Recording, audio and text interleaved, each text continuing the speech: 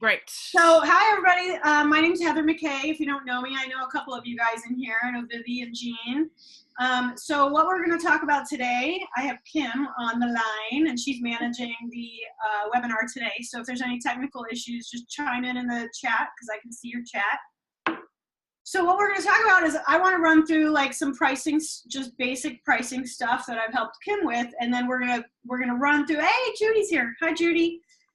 And so what we're going to do is we're going to run through how to repackage that and talk about it on your website. And one of the main things we want to spend some time on is the About page.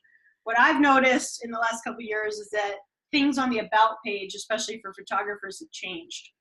A few years ago, it was all the rage to talk about your dog and if you like coffee and craft beer and like all your little picadillos, but now I'm realizing that the About page needs to be really focused and have a specific formula for conversion. So that's one of the main things that I want to talk to Kim about today, which is super exciting. Yay, I'm excited. Yes, I'm so glad. Thank you so much for joining me, Kim. Thanks for having me. Yeah, and thanks for like managing this chat. And so if anybody watching, if you have a question, try to use the chat and we can try to answer you on air. And then you'll see at the beginning of the chat, we both have created a free giveaway for you guys. So if you're interested, you can get an About Me formula like story download from Kim. And then mine is a pricing workbook, basically, like the Cliff Notes version of all my pricing stuff. So you can download both of those at your convenience. So Kim, why don't you go ahead and introduce yourself? All right. Great. Hi, I'm Kim Evans, and I own Kim Evans Studio. And I help women entrepreneurs stand out in a crowded marketplace by using a step-by-step writing process that helps them uncover their purpose and their magnetic message so that more clients are attracted to them and they can, grow their business. I was formerly a graphic designer for 18 years, and then life led me to writing a memoir, and I fell in love with the writing process, which was always my true nature, really, as a kid even. And so then I morphed my graphic design and expanded it into copywriting and copy coaching and writing coaching. So that's where I'm at today. So glad to be here. Yeah, love it. And so you always felt from when Kim and I met in a group on Facebook, as most people do these days, I think. And I did a little one-on-one with her about her pricing for the coaching and for the design a little bit too, because you're working more on these bigger projects of helping people get their brand story for their memoir. Yes. Right? That's your main focus. Right. So with pricing, do you feel like it was a lot harder to do something like that than your graphic design fees? Yes, it's a lot different doing service-based coaching pricing than it is, I think, done for you work, which graphic design is I'll do it for you. And I mean, the hardest thing about that was I would create a customized quote for each client, and that took a lot of time on the front end. And with coaching, it's more about packages and how to package up what you offer into something that really deeply serves the client. And it's more about having a standardized price rather than a customized quote for each person. Yeah, and that's actually one of the reasons that when I'm talking about pricing, and a lot of people watching have gone through this with me, it's about figuring out for me what the average sale needs to be and then breaking down each item. So bundling things up together to get to the average sale is a huge, fun little puzzle piece thing that I like to do. How do you do that? So it's basically the same. For me, I would have it the same with design as coaching. You're just getting there in a different way is basically like, you can use 3 different maps, in your phone, like Google Maps, Waze, whatever, Apple Maps, but like the destination's the same and it's just a matter of how you get there. So for me, what I like to do with any pricing structure, and anytime I'm talking to a pricing person about, I don't care what it is they're doing, is figure out how many gigs can you really do in a year realistically? Like how many clients can you actually help per year, and then break that down. And so then when you do the math on what it costs to run the business, like internet, computers, cell phone, a website expenses, just the standard stuff. That's the cost of running the business. And then you have to figure out, okay, how much money do I need to live, really? What kind of income do I want to take home? Yes. So you just make sure that you can cover both of those very comfortably. Right. Because otherwise it's an expensive hobby, right? It's like. Exactly. That's kind of why I do it that way. So it's like I make people sit down and write out their personal expenses monthly and yearly and their business expenses yearly. And then you add those together, and you want to fluff it up a little for taxes and in retirement, Overhead. unless you're accounting for those in the worksheet. Mm-hmm. But then you figure out, okay, how many people can I really help in a year? And then how do I make that work? So for me, for example, with a wedding, that's hard. I mean, wedding photography, it's a Saturday and it's only like a 6-month season. So if I can only do 20 weddings a year, well, there's the math, right? You take these big number I need and you divide it by 20 weddings. But the reality of a photographer is that we also fill in with portraits and other little things. That don't have to be on weekends. I like my portraits to garner the same average sale as a wedding. They're not quite as high, but I can do portraits on a non-Saturday. So I could do 3 portraits in a week and it was Saturday wedding or something like that. So this is where it gets fun to bundle things up and figure out, how you can play with the figures. Yeah. We've got a question coming in here. Yeah, Sarah's got a question. 2-income household. So actually, Sarah, when I'm price coaching, I prefer that you run your numbers as if your spouse did not exist. And it's a terrifying number to do that, but it gives you a lot of wiggle room of a few years to get there. And it covers you in, loss of spouse job, loss of spouse, divorce, your spouse could early retire. You could take the extra income you're bringing in and put it in retirement or whatever, So I prefer you run it. Yeah, I prefer you run it without a spouse with your numbers. And part of the reason I do it that way is because I don't have one. So if I'm competing with you, then it sucks for me. So, right. And then there's things that come up. There's illness. There's, it's better to try to reach for that bigger number and not need it or not hit it. I'd rather you reach for a higher number than you need, and then you'll get 40% of the way there. You'll get 80% of the way there. You'll get 75% of the way there. And what I find when I'm coaching is that most people set really low expectations of themselves. Yeah. I've talked to people and they're like, oh, actually, no, I don't think it was you, Kim, but I've talked to somebody and they were like, oh, I just want to make $3,000 a month. But we ran their numbers and they really need to bring in 10 grand a month. Mm-hmm. Gross sales.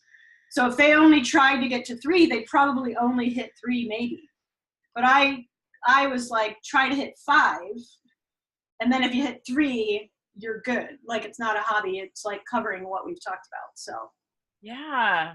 Does that make sense? The mindset part? Yeah, I was going to ask, what do you do then when you have this goal of 10,000 and then you are nervous about charging, a higher price, even though you have to bring that money in? Yeah. Convinced that that people aren't going to buy it. And that's probably where my piece comes in too, but yeah. Yeah. So there's a few pieces of the puzzle there. A couple little things I'll just throw out that usually I'll build you up to is that, one, you don't have to be able to afford your own work.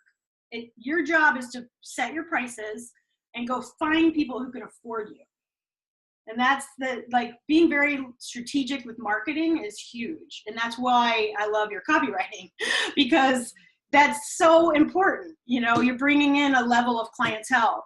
The second piece of the puzzle is to play with the numbers, right? So if you need $10,000 a month to survive and to thrive, well, you can have one client at $10,000, or you could have 10 clients at $1,000.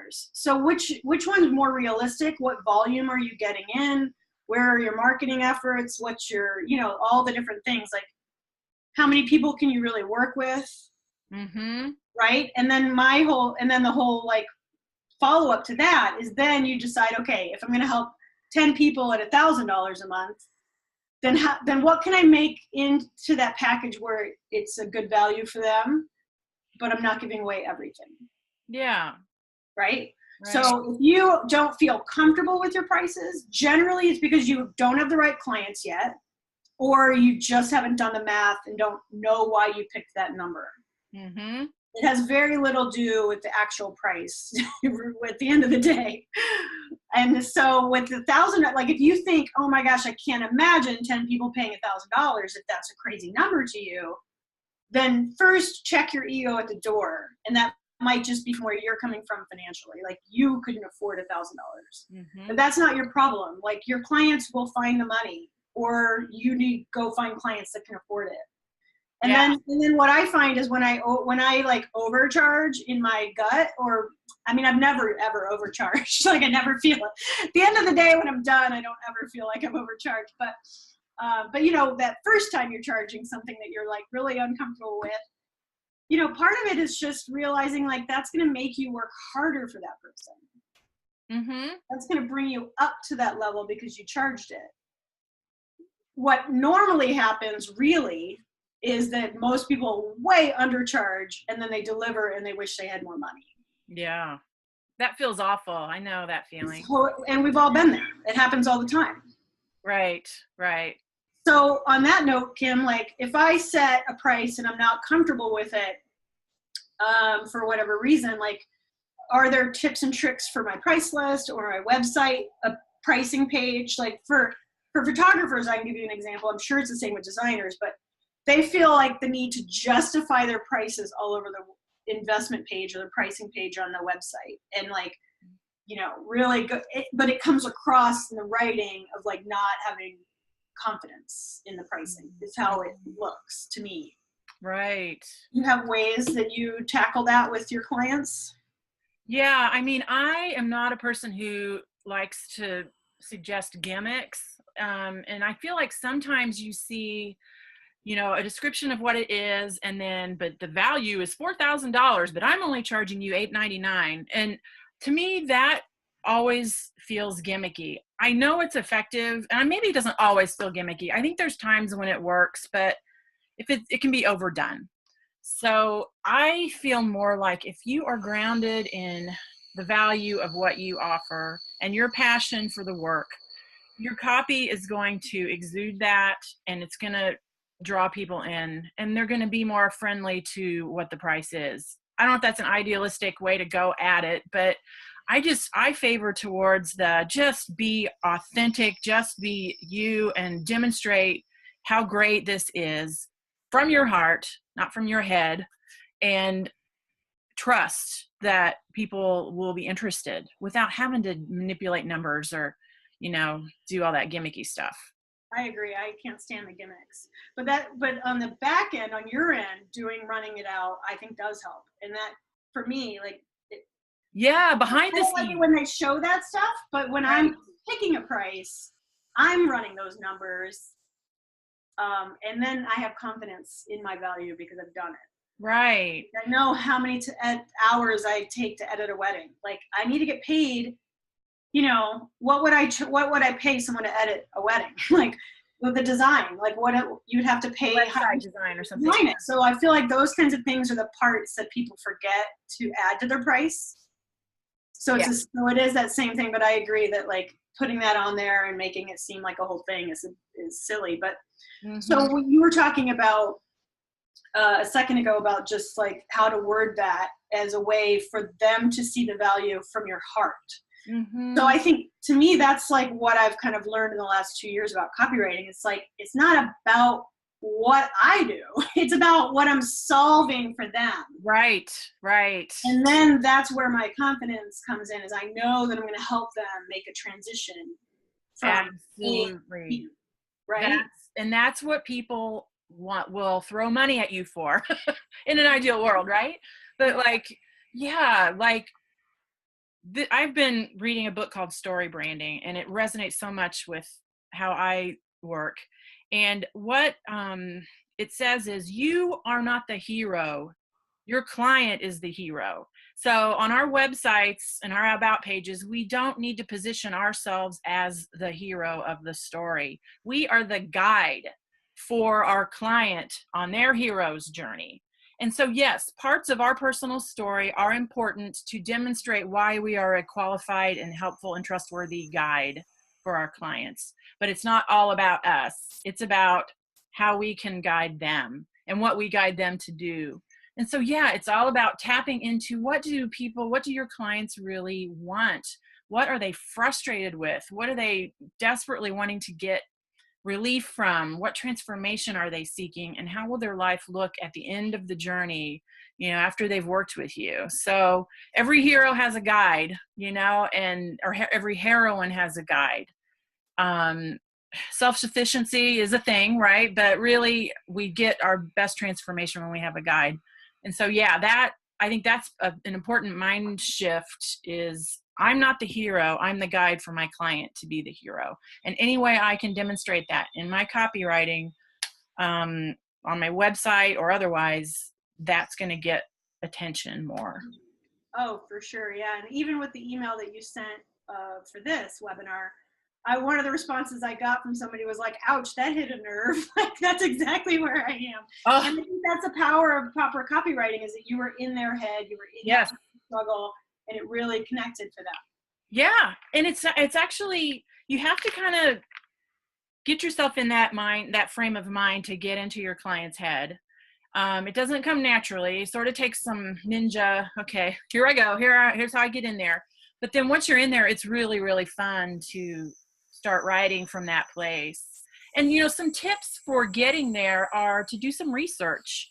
Maybe put out to your people that you're doing some interviews and just want to chat with people about what's most challenging for them in their business or whatever you serve, whatever your clients do. And just get them on the phone or on a call and say, what is most challenging for you? And just write down or record everything they say. And then you'll have in their words how they describe their challenges and how life is sucking for them right now, or what is so frustrating that they'll do anything to, get relief from. And then you also can ask them, how would you like things to be? Or what's your ideal situation? That's a good point. Gotten through this, and you get their words. Just transcribe those babies down and have a file. And whenever you're getting ready to write some promotional copy, go through that to get into their mindset. That's a good point. I've actually, for myself, gotten better at training myself to get into their problem mindset. Yeah. I think now that listening to you, I'm realizing that I'm not thinking hard enough about where they actually want to go. I feel like I'm filling in like where I want them to go.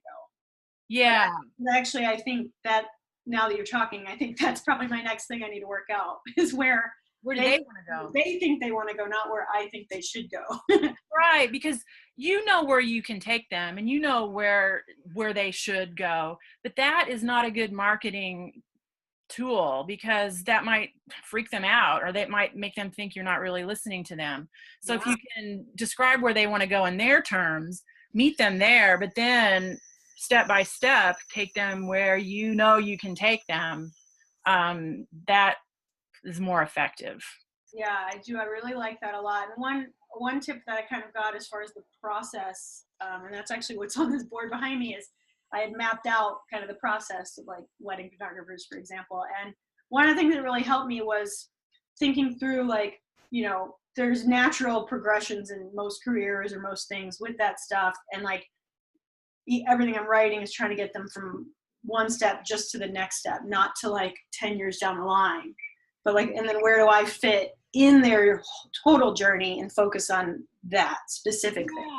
Yeah, the client's journey. That's like that heroine's journey. Like, what journey are they on? And where do you specialize? Where do you fit in? Or do you fit into the whole thing?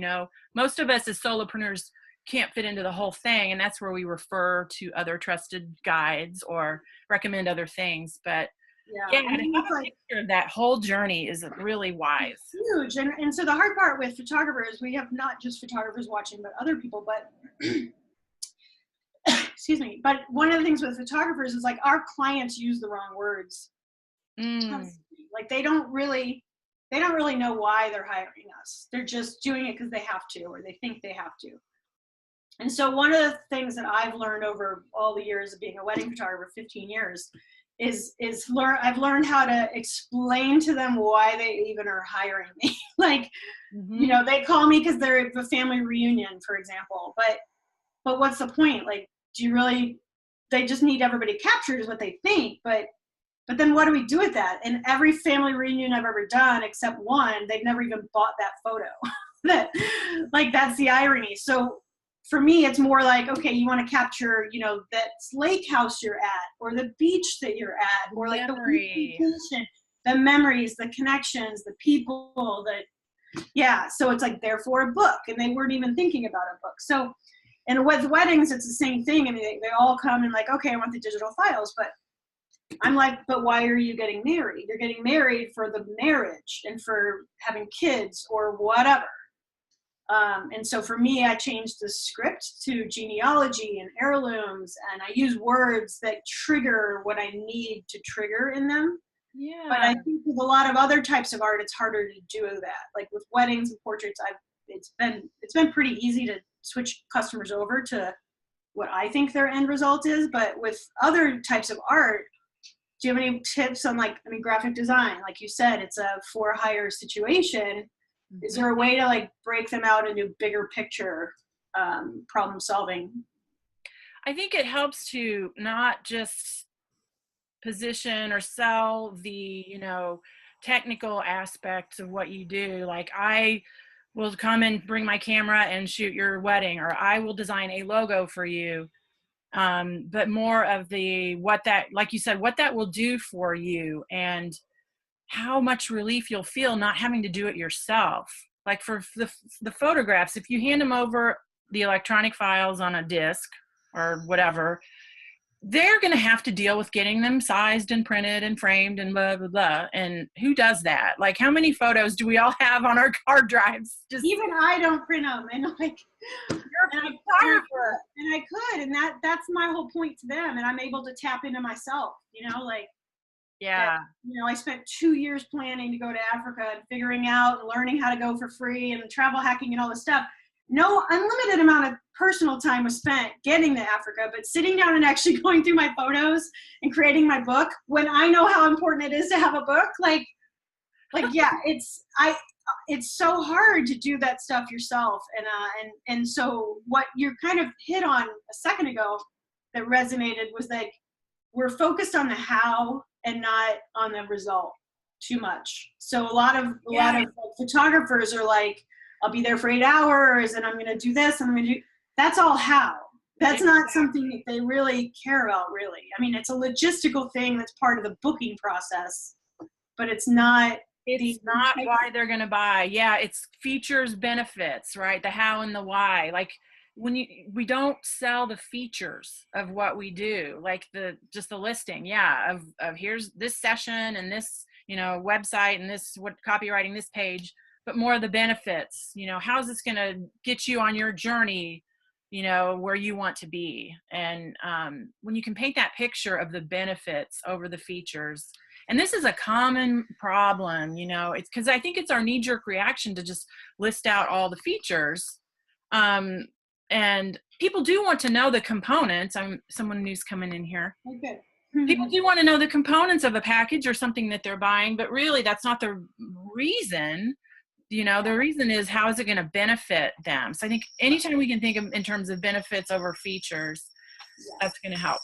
Yeah, because that's what I see as, oh, there's Susanna. She must have woken up. She's in a totally different hemisphere. So. Oh, wow. International webinar. Yeah, she said that if her baby woke her up, she would chime in. So hi, Susanna. So yeah, I agree. I think it's like, instead of like what I see for photographers, they're like, it comes with 5 8x10s. It comes with like it's always the how and not the end result. And so for me, I'm always talking about, it's an heirloom wedding album, fine art book, like storybook, like something to snap them a little bit more back into how it's going to feel having it. Yeah, not having to do it yourself. Huge part of the piece for me. And even with the 8x10s, I call them gift prints, because it's reminding them that you're going to give them to your parents, right? Right. Yeah. Judy just said outcomes, for sure. Something you can hold in your hands. Perfect. Yeah. Exactly. And so with graphic design, it's the same thing. Like, they might call you to flush out their website, but what's Yeah. the whole point of the website? Like, Right. Like we've got to do more of a deep dive into what's your message. Because, that's something I found in the design world. And it's a big reason why I've expanded my services, because design started to feel like it was just a Band-Aid on the problem, or a Band-Aid for the client. Like, I need a logo. But I have learned that you need to have your messaging before you do your visual branding. The messaging, the copy, the story, the brand story, your client's journey is the foundational stuff for your website or anything that you design. So you need to get clear on that first. Then the design will fall more into place, and you'll know, what you want the design to look like, because it'll match your message. It'll enhance your message. But yeah, design, just going straight to the design, straight to the website and starting to mess around with your layout and design is just going to be a waste of time, unless you've taken some time to look at what your message is, your client's journey, how you can help, how your services benefit them. yeah, You got to do your homework, your foundational homework. It's like a tree, I'm a nature person, right? And I think of it like a tree. Like, the roots are your foundational brand story, like the life experience you've had that's led you to the work that you're doing today, your passion, your purpose. why? Like, why are you? Why, your big why. Why are you a photographer? Why are you whatever? Like, what is it that you personally love about what you're doing? Exactly. Root yourself down in that, and then you're going to have, that's where your backbone comes from. Part of it, the numbers is part of it, and the story, and the big why is the other. And I really do think it's a two-pronged thing. Like, there's not much more to it. It's knowing why you're doing what you're doing and what you believe in as a creative or as a business owner, and then doubling down on that once you've done the math and you know the numbers and you've got your pricing in line. Yeah. Like, for me, like, once doing the numbers for me is huge. Like, I just know that I don't want to work more than 20 weddings a year, but I have to pay my mortgage, so like, and I want retirement, so like, that's got to come from 20 weddings plus a couple extra jobs, so right. For me, it's all about that part for the money, and then as far as pricing, and then how do I get there is I'm back on the client side, and what do I believe in? I believe in wedding albums, and guess what? I can make more money per wedding if I offer products. So it's like, then digital's like, it's just, to me, that's a no-brainer. I can double what they've paid me easily, very easily, so I can get to my average sale quicker. And they don't really realize in the end how much they've paid, because of the way I break it down. Mm-hmm. They lock me in at one rate, and then I make it really, really easy for them to buy more stuff. As you lead them on their journey, right? There's a new doorway that opens at each place, and there's yeah, exactly. And that's where the copywriting really comes in, because on my website, I make sure that I talk about photo albums. I show photo albums on my website, that kind of stuff. I use words like heirloom. But those things have come naturally over 15 years. So what's great about having a chat like this is, like, a lot of photographers that I find that don't have confidence in their pricing, it's because they're newer, so they don't really know who they are as the photographer yet. Mm-hmm. And that's where I just focus on pricing to get them started. Mm-hmm. And then naturally you'll start to notice what kind of gigs you want to do and what kind of gigs you don't want to do. Yeah. I'm sure it's the same with design. There's probably some things you like to design more than others. There's some types of clients you probably want to work with more than others. Yep, sweet spot, definitely the sweet spot. And then with the account, I don't know what you recommend when you're doing a website, but for me, the contact form has actually been a really great filter to filter out certain people and attract others. Have you found that to be the case? Yeah, well, and I offer a free half-hour consult call, and I have a booking right on my website. So if someone's browsing around and they're curious about finding more, they can schedule that session. There's a questionnaire they answer when they book, so that I can see, then I read those answers to the questionnaire and determine if we're a good fit or not, and if I don't feel like we are, I'll still talk to them and, see. But then if we're not a good fit, I won't tell them we are, I'll send them on to someone who is a better fit. But then when they are a good fit, then we can use that consult to really flesh out what their next step is going to be and how we might work together. But yeah, just ways to kind of screen people, make sure they're in your zone of ideal clients is very helpful. Yeah, no, for sure. I definitely have found that too. It's just hard to get that delicate balance. Like Yeah. a couple years ago, my website was broken, so I had to like rebuild my whole website in like 2 months. And I was so annoyed by the process, and it was during my busiest time of year and this and that, that I just like, when it was in the template mode, before it was live, I just wrote like all the toxic opinions that I have, like no filter. I just like threw it in just to fill in the copywriting while I was building the website. Yeah. And then I just waited until I was in a really good mood and I was feeling more lighthearted and fun and like loving. And then I took the same thing and I just made it better. Soften the edges a little bit. Yeah. So I kept my personality, but I made it a lot more positive. And that version of my website converted really, really well. It went from, like, as photographers, and you probably get this as a designer as well, people just say like, oh, what are your prices? Like that's usually what they say in the contact form, because we don't prep them on what else to ask. They don't know what else to ask. Right. That's why I like the question. Wedding and what are your prices? Like they just don't know what else to ask. So when I wrote that toxic version and softened it, and I kind of actually kept it on the version I have now, this website, it says on there, like when you're filling out the form, like, don't just ask about my prices. Right. Like, what kind of wedding are you having? Are you getting married 2 minutes from my house, like with 30 people?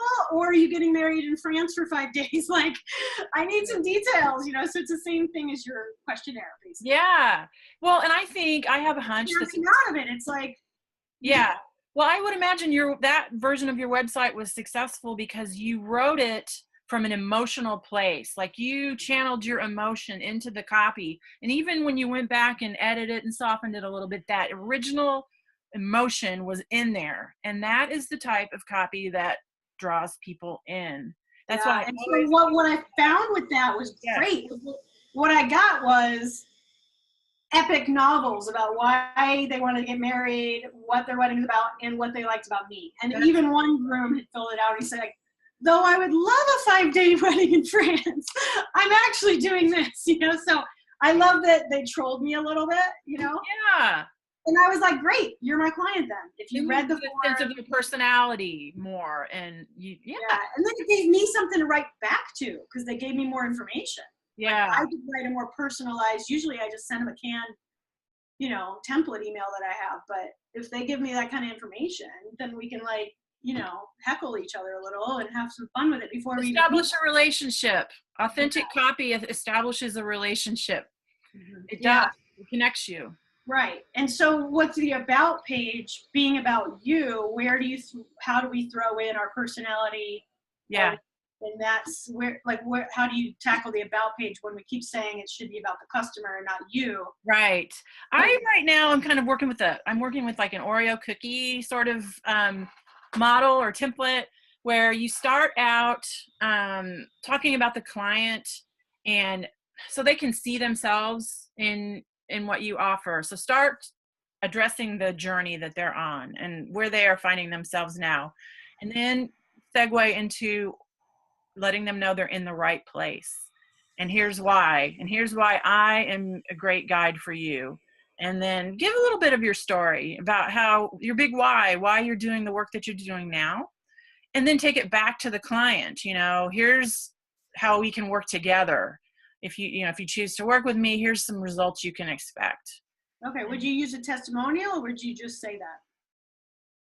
I don't have testimonials on my about page, and I don't really recommend that. I think testimonials go better on the services page. Okay. Because the about page is more of a story. So just in prose, describe the results that you can deliver, and you might even say, click here to read testimonials or something, if you can weave that in, elegantly. But so sandwich, client, a little bit of my story, back to the client, and then another little follow-up question is like, talking about the contact form, is once they send that email and we respond, like, again, with weddings I'm just keep using it as an example just to have one, but like, what are your prices and are you available? And so I have to like answer those two questions. But how do I get that responding email to just be more of a conversation and not just, here's my price list? Yeah. That's where I invite people onto a call. And then I just, and sometimes it's awkward when you say, I'm not going to give you my price right now. I want to talk to you. But it's more about, let's chat and really find out what you need, and what you're looking for. And, I offer a range of services and we can determine the best fit for you. And then we can talk pricing, so every chance I get, I invite that conversation. And there's also a thing, Jenny Shee and her group is where we met, where you have a bite-sized offer, which you can offer on your website, which is like a $99 offer. And you can put that price on your website. And that's a way to get started with a client, pretty easy yes for a client to get an experience working with you. And then from there, they might want more. But if not, that sort of serves as a combination get acquainted call, but with a longer than a get acquainted call, more like 60 to 90 minutes.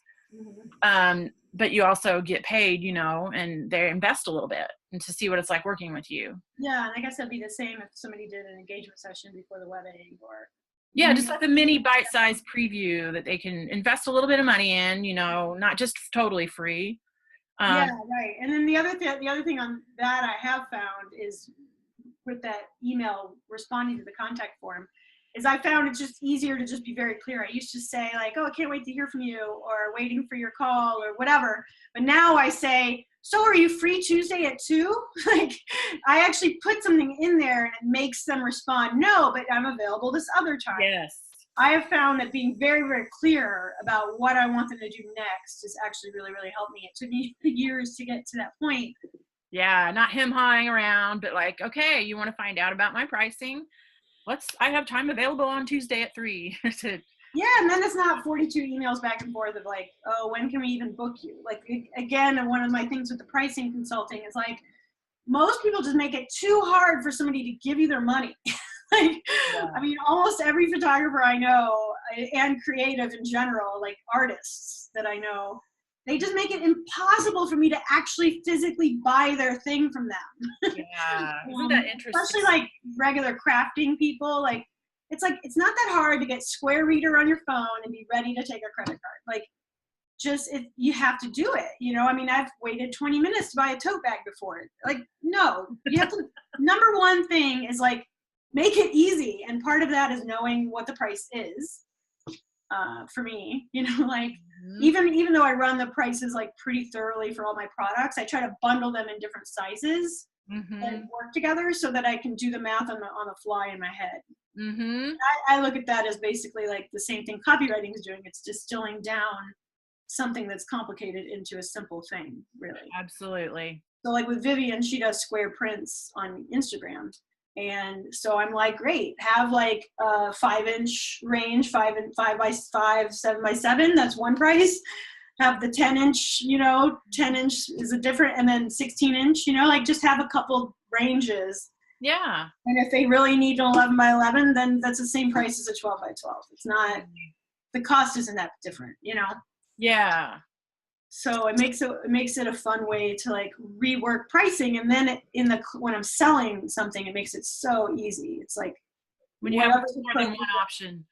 Yeah. Yeah, and it would be the same as different packages for you. It's a matter of time and how much time do different types of things take, and then just bundle them. Like, yeah, and you can be infinitely creative about how you bundle things up or how you offer things. And I just think it's important, and my coach has been working with me a lot on this too. Have an introductory offer. It's just for people who are curious, who want to test the waters, because a lot of us are toe dippers and want to test the waters.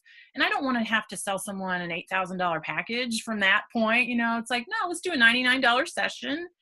See how you like it. And then, right now I've got like a series of 90-minute sessions that I offer on the branding, story writing, blueprint journey, right? And so I suggest you start with 3 of those, little bundle of a package, and then you can do more add on, or you can purchase all 5 of them, or we can customize. But just to give people options and freedom, I think, to customize what they need is And and that's be where if you know flexible. your average sale that you need to survive, then you can guide them into not just doing one, but doing three, knowing that three is the minimum you need, or five is what your goal is. Like I like to know what my minimum is for each job, and I like to know what my goal average sale is for each job. And Yeah. then I like to reach for higher than that.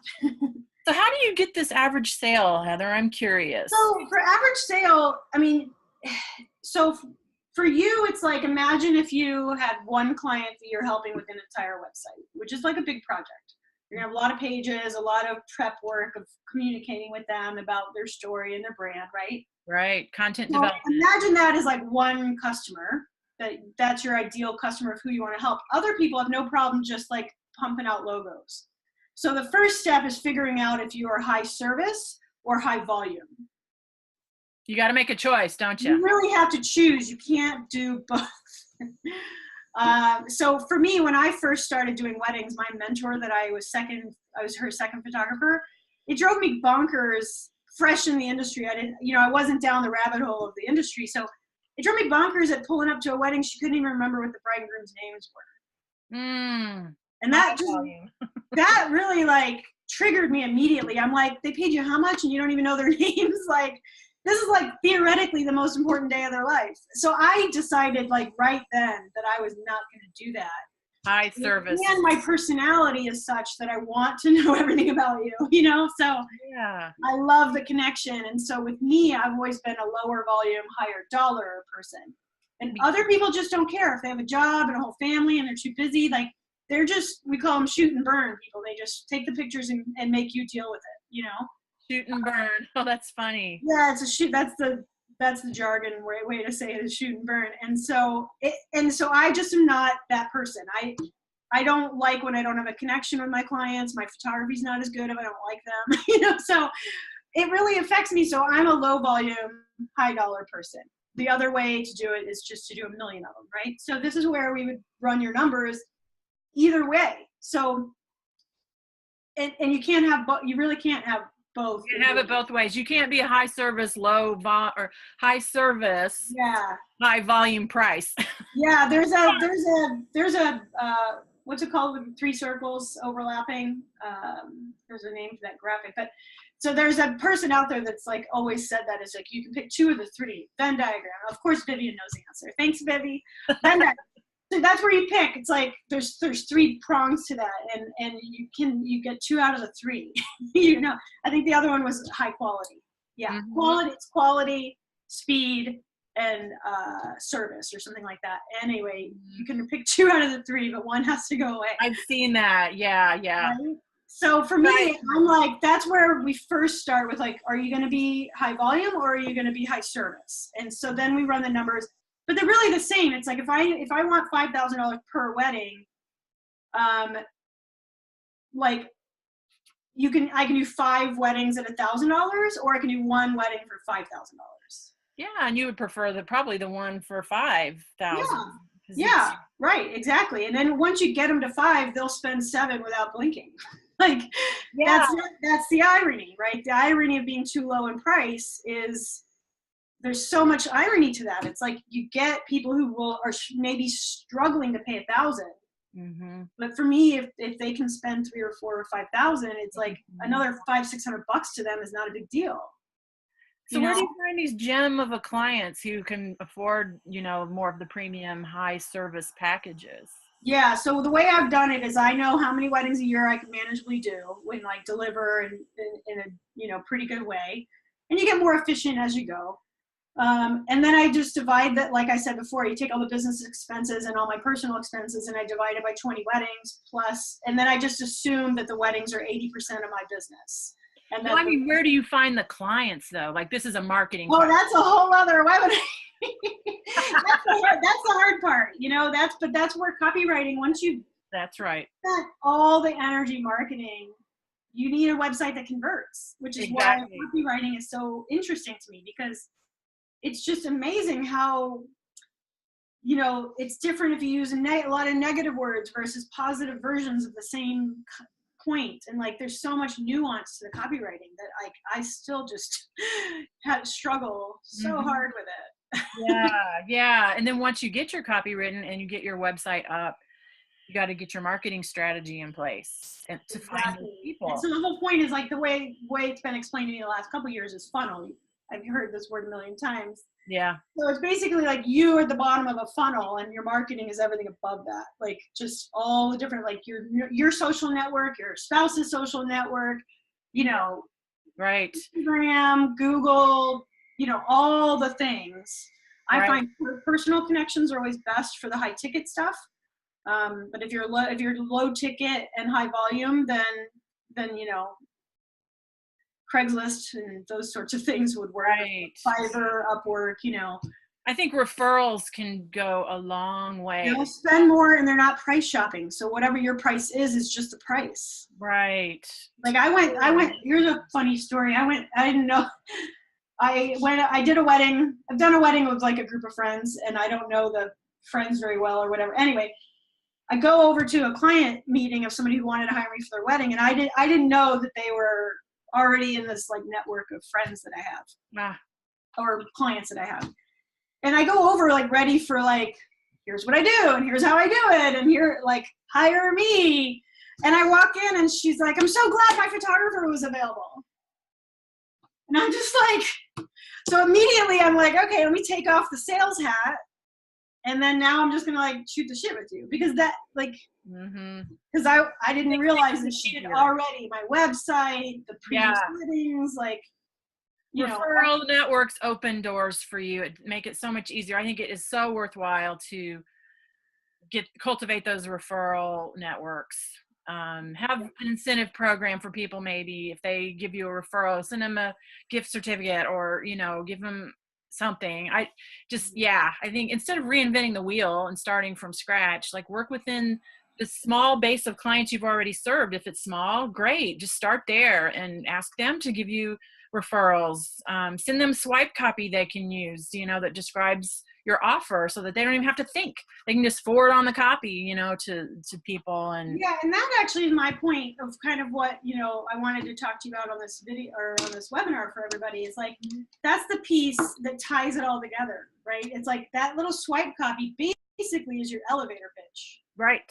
And it's also like what you do and getting back to that, you know, the pricing foundation versus the why foundation, like getting back down to like, who is it that you serve and who is it that you want to serve?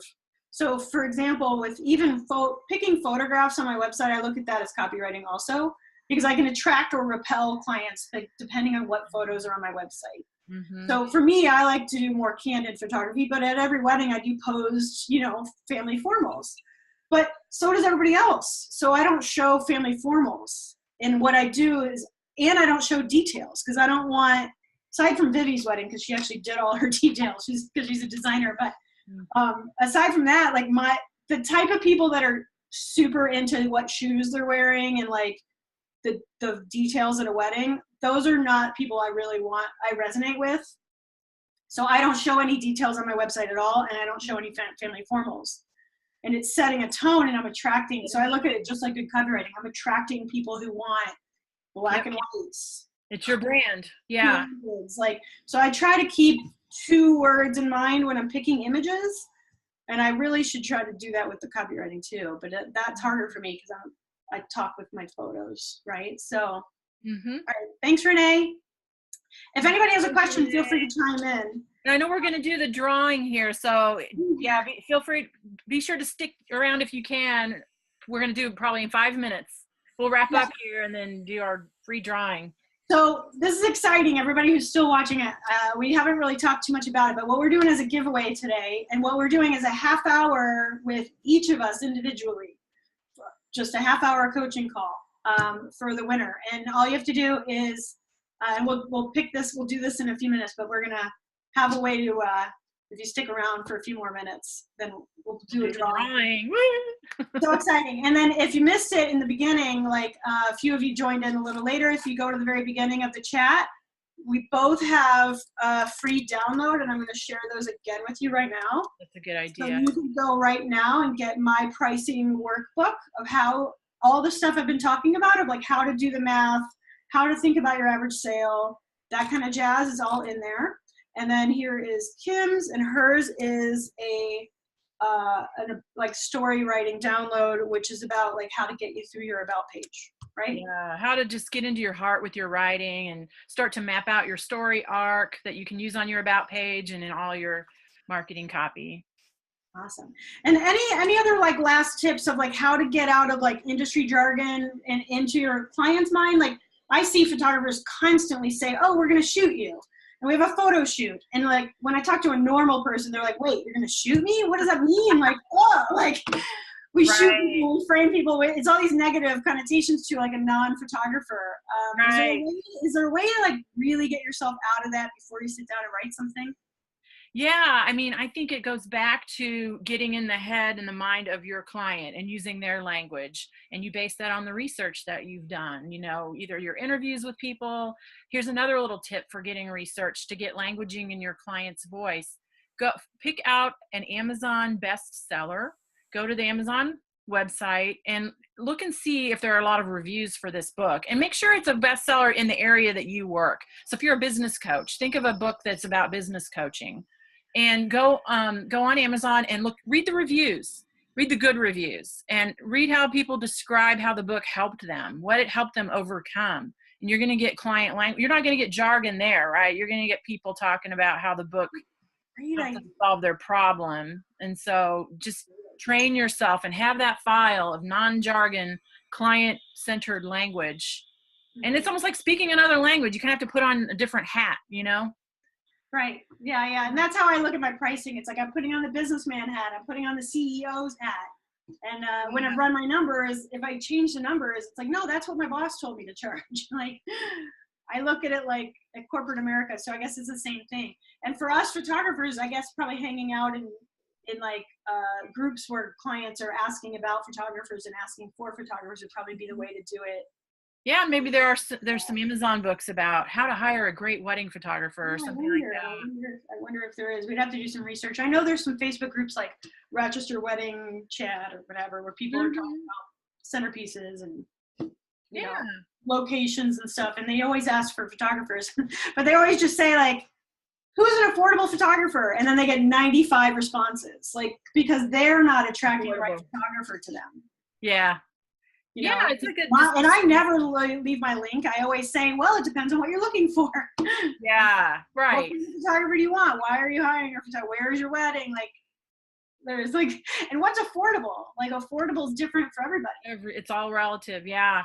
I mean, I know people that they buy $1,000 shoes, and that's affordable to them. Like, so we're constantly educating people the right questions to ask, right? Like, people don't even know what questions to ask.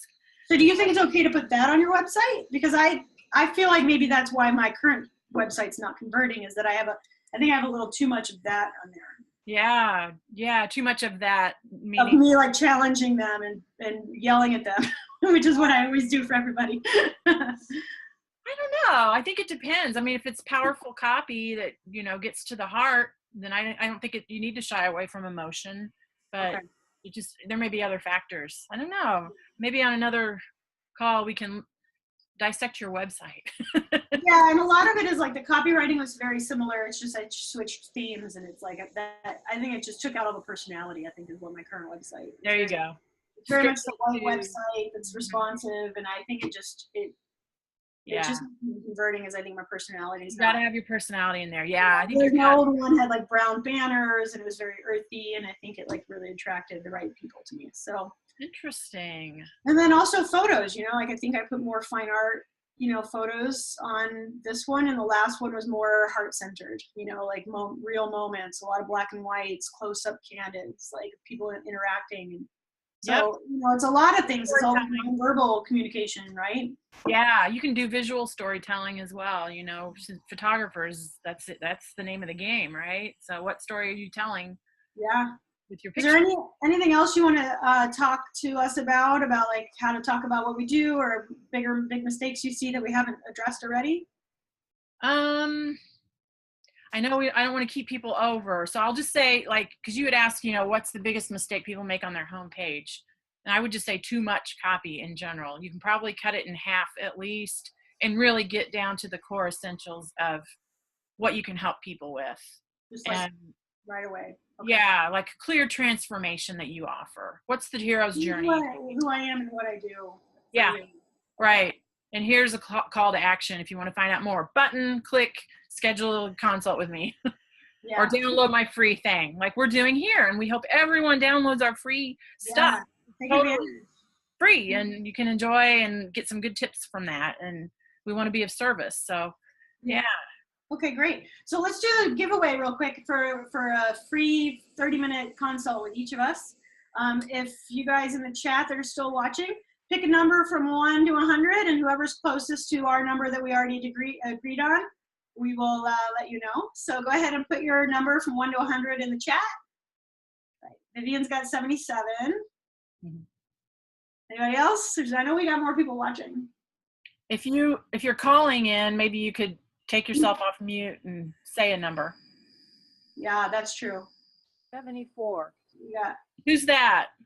Susan Bellows. Susan. Okay, 74, Susan. Okay. Anybody else want to say? We got Judy's got 37. Anyone else? Going. Last chance. No. So we're gonna have to do some math, Heather. Oh, I know. That's my strong suit. My gut reaction is Judy, but it might be the other one. Our number was 55. Let's see. So actually, I think the one that called in might be the winner. What was her number? 74. 74. Let's see. 74 minus 55. This is close. Yeah. Nope. Actually, 37 is one closer. 37. No, Judy is for the win. That's awesome. Judy, you're going to love it. Love it. So fun. Woo woo, she says. Good. Yeah, Judy's great. She's been one of my coaching clients that I've been helping for the last yay. 2 months. So we each are going to give Judy a half-hour coaching session. So Judy, share you don't have to share your email. You know what? I have her email, so I will give it to you. That makes it easier because I've got Judy's contact information. We'll each contact you separately so you can book your call. Yeah, I love it. Oh, this is exciting. All right, thank you. I really appreciate everybody that watched. If anybody has a last question or wants some clarity on either pricing or how to talk about your price, I mean, obviously, Kim and I could go on for days and days. I know. Yeah. Please, any final questions before we close off? And Kim, do you have any final questions for me about like how to do the average sales stuff? Because I don't right now, but I think I'm going to download your free workbook and look through that. I think that one has some good ways to like how you break out. Like, so for me, weddings is 80% of my income, and then 20% from like random stuff like portraits. And so it'd be the same for you. It's like you'd want 80% of your clients to do the full package with you. And then you offer smaller things for like people who really just need help with an about page, or they just need help with like, whatever. And then that's how you figure out how to get to your goal of how much money do I need to make to run the business, right? Actually, like physically run the business, and how much money do I need to run my life? So you figure that out together. I mean, generally speaking, if it's a tangible product, I don't know about some of the people that are watching, but if it's a tangible product, I have that in my download of how to figure out like 25% is the actual cost to physically make that product, including shipping and packaging and all the things that people forget. And then 30-ish% goes towards running the business, and 45% goes to you as the owner. All right. I will look at that and start crunching some numbers. Yeah. And so if you have any questions, if anybody downloads it and you've got questions, let me know, obviously. All right. I really love here. Yeah. I'm happy to answer questions too. So. Okay. Great. Awesome. All right. Viv says, thanks. Awesome. Yeah. Thank you, Vivi. I'm so glad you could join us. Yes. Thank you everyone for joining. Thank you, Kim. I'm so excited. I really appreciate this. This was fun. It went fast. Thanks, Heather. Thanks everyone. Yeah. Awesome. All right. Well, everybody probably have our emails, and so keep in touch, and you can find us all on Facebook, obviously, too. Yep. All right. Thank you. Okay, bye. Bye, Vivi. Bye, everyone.